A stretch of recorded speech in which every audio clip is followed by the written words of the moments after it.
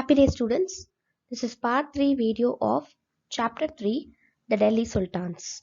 In this video, we shall have a closer look on how the style of administration was under Alauddin Khalji and Muhammad bin Tughlaq and how their power consolidated later on.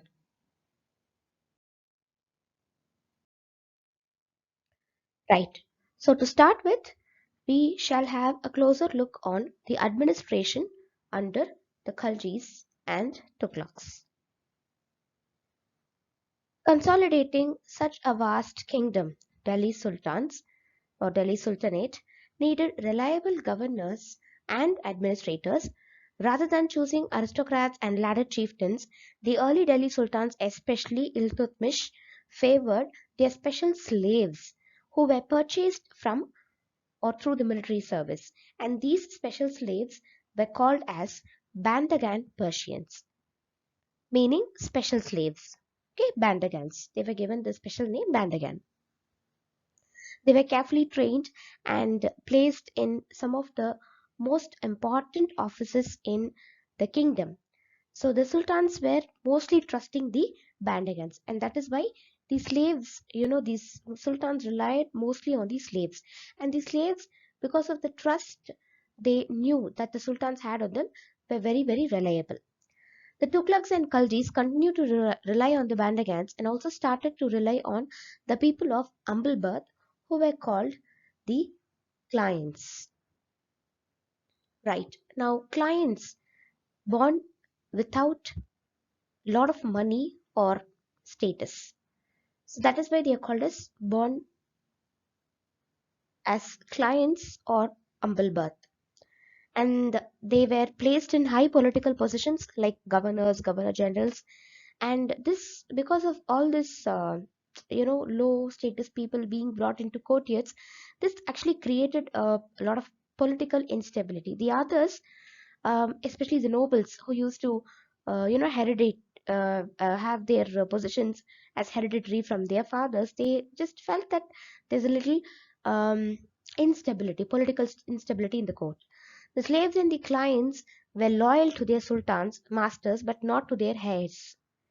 That is, the fathers, they were very loyal to the fathers but not to their sons. So the new sultans, the sons, had their own new servants. This also created a matter of conflict between the old and the new nobility, and obviously there was a disturbance in the court. This shocked many elites, and authors of the Persian Tawarikh criticized the sultans for depending on the low base bonds, especially the bandagans and the clients, to be elected as high officials. It is also written that slaves were more relied rather than the sons by the sultans. That's a big question to be had. Now there's a chronicler, 14th century chronicler named Ziauddin Barani, who has reported that appointing such people is like a sign of Sultan's loss of political judgment and incapacity to rule. Why? Because he writes this regarding Muhammad bin Tughlaq. He's writing about Muhammad bin Tughlaq in 14th century chronicle, because Muhammad bin Tughlaq, most of his um, officials of his courtyard, the high officials of his courtyard were like people who had been a wine distiller, a barber, cook, two gardeners. All these people were given high administrative posts.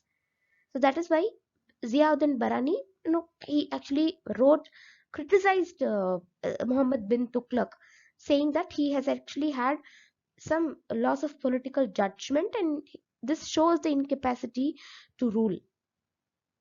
But then, why did Barani criticize Sultan? Because all those people were low base born. These bandagans and clients, they were not born with some societal status.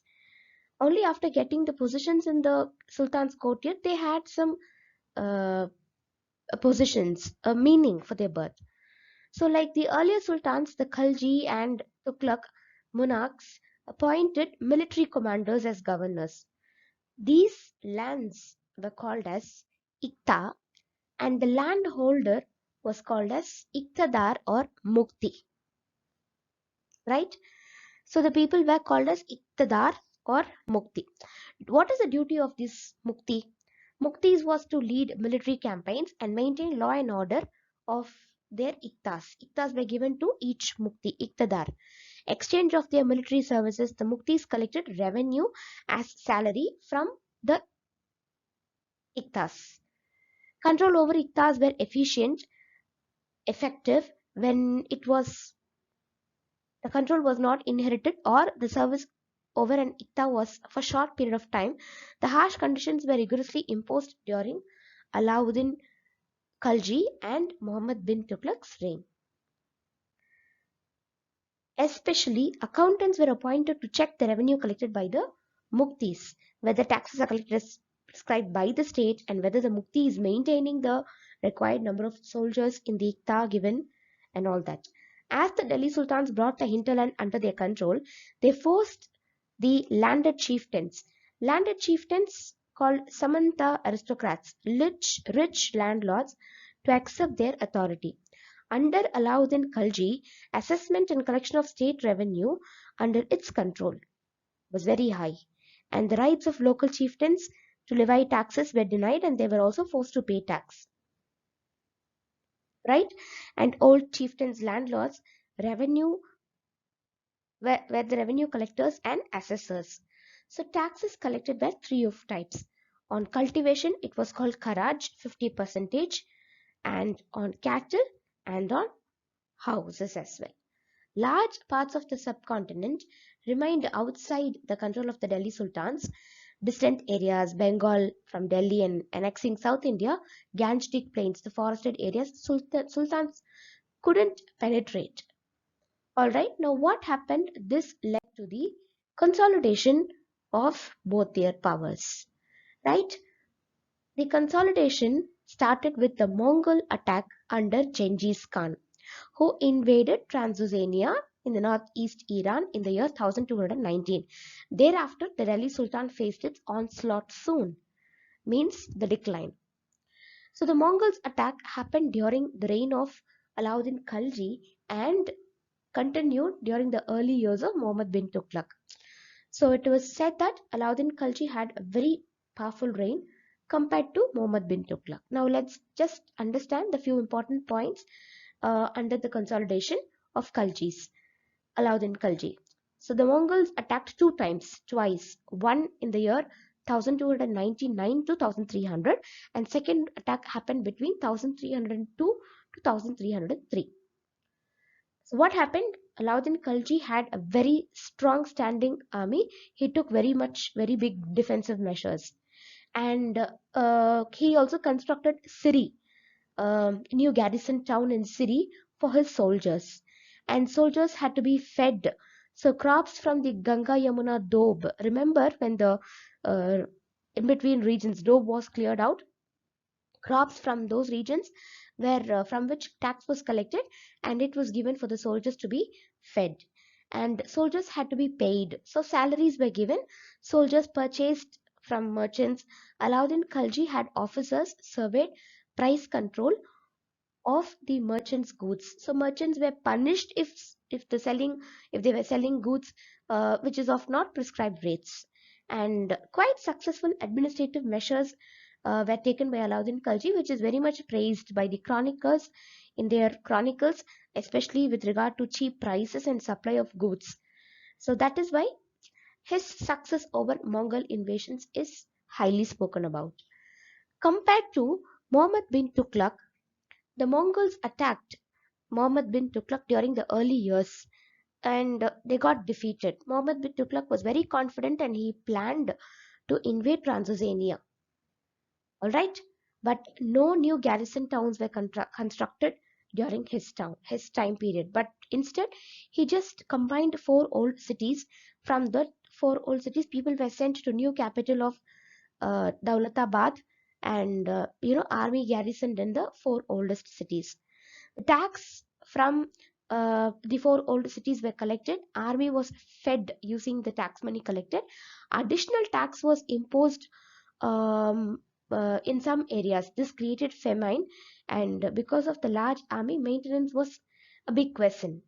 The army soldiers were paid salary in cash, not controlled prices on the goods, but instead he introduced the token currency system, which was made of cheap metal.